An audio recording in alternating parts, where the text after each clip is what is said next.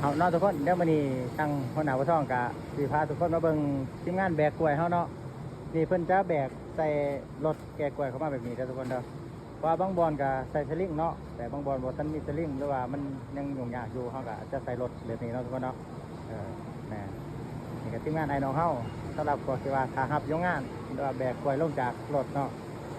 ก็จะเอาไปแขวนอยู่ในสลิงของโรงงานเนาะได้เห็นบ่ทุกคนนี่ก็เป็นกล้วยเนาะเขาจะหอยมาแบบนี้ได้ทุกคนเด้อเนาะเจ้าบ่หอยมันต่ำกันเนาะทุกคนเนาะโอ้งามขนาดทุกคนเลยนี่มาเที่ยวนึงก็สิได้อยู่ประมาณ50เครือได้ทุกคนเด้อ50เครือแล้วก็เอามาให้ตั้งเบืองนี่แยกออกมาเนาะ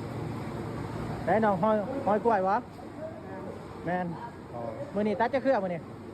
วันนี้ตัด14บล็อกมันมี38เครื่องเนาะโอ้บ่แม่น50บ่เมื่อกี้อ้ายว่า50บ่แม่นเนาะ38เครือเนาะโอ้บอกหนึ่ง38เครือเนาะทุกคนเนาะคนเอาออกแต่ก่อนหอดโยมแบบเอาใส่ที่แต่มันไก่กันกล้วยตับกันมันต่ำเลยก็เลยตัดเด็กออกเลยเอาใส่ร้านที่เปลี่ยนตัวมองแต่กล้วยจะมาต่ำกันจะมาต่ำโอ้กล้วยเนาะโอเค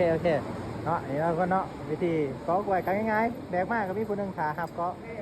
แล้วก็วางลงเห็นบ่ทุกคนเนาะเพราะว่าหลายคนถามมาว่าจะเข้าแบกกล้วยยังจังซี่นะอยากมารีวิวแบกกล้วยให้เบิ่งแน่คนน่ะนะยังบ่ทันได้ปิดรีวิวอยู่หรอกเนาะอยู่หรอกก็แบกคนเดียวกันนี่แหละเนาะก็ใส่เบาะห้องแม่นบ่เนาะ